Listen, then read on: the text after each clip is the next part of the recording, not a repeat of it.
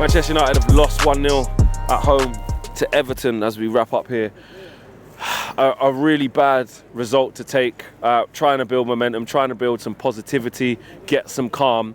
And now, what was quickly no undefeated in 5 has now turned into no wins in 3. Exactly. Well, it's such a very, very poor result. There is no really masking the situation. You couldn't even sugarcoat it.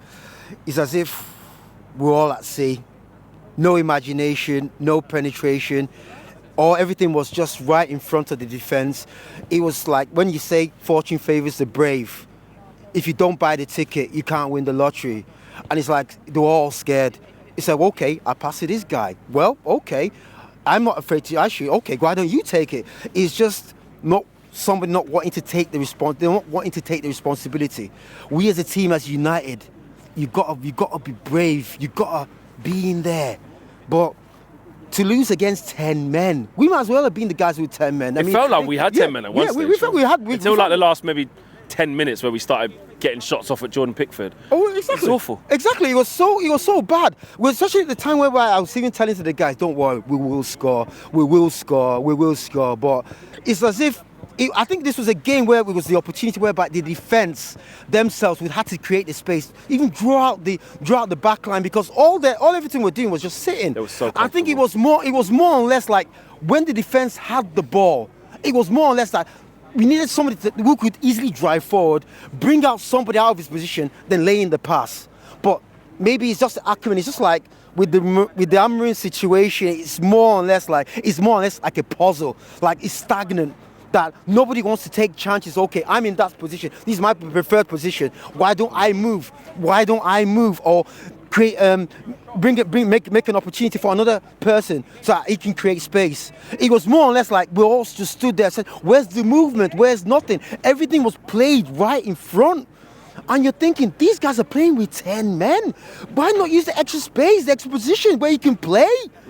Because normally as a footballer, you're thinking, well, they're down to 10 men, one position is void. Hit them on their weakest link. Where was it going? No, nothing. There was nothing there. We were screaming and we're thinking, Ahmed was our outlet. Ahmed, why don't you run? Why don't you take the ball? Beat a man.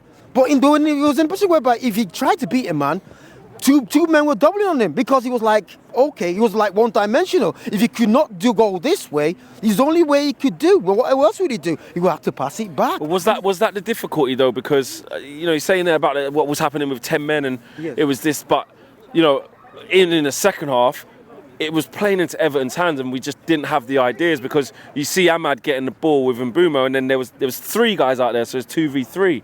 Everton just had numbers back, and it really suited them. And they worked hard, and we just had no answers, none. Yeah, look, the only chances we created today were either like a long shot where we forced some good saves from Pickford, or when we... A couple of headers. Yeah, but a lot of our crossing today was absolutely shocking. I think some of them were from Mbeumo, but nobody's mentioned that. I think the ref was very harsh on Mbeumo today. Do you not remember? Yeah, but I don't know, man. We were so bad, though. Three times he got taken down, and the ref didn't give him. Yeah, but we were so bad. It's not to do with the ref today. I don't think the ref's got anything.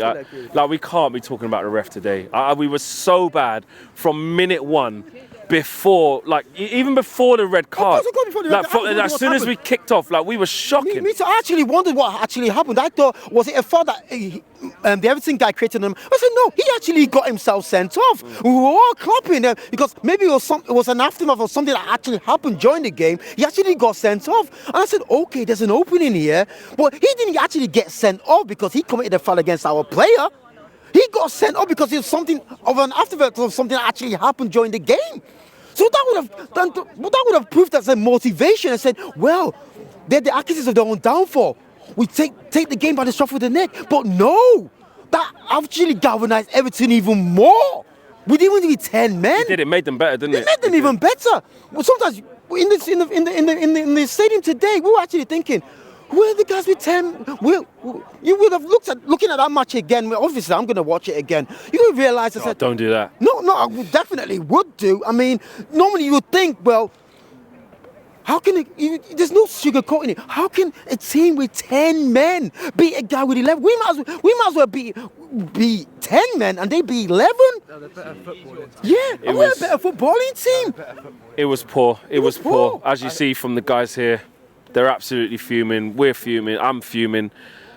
You guys at home are going to be fuming. Let us know in the comment section below what went wrong today. Was it Amarim's team selection? Was it the lack of bravery from the players? Was it the lack of know-how from the players? Fortune favours the brave. Which one was it? Like you said, fortune favours the brave. So I think one of our only brave players is Bruno Fernandes. Yeah. But then when he is brave, it's like, oh, there was nothing there. What are you doing? He makes the wrong decision. There was nothing there today. I think more or less, if you're going to play a formation like that with the defence, one thing about is that, especially if you're chasing the game, I advise that the actual defense, one of them should take the bull by the horn. They should at least go forward or probably press up more.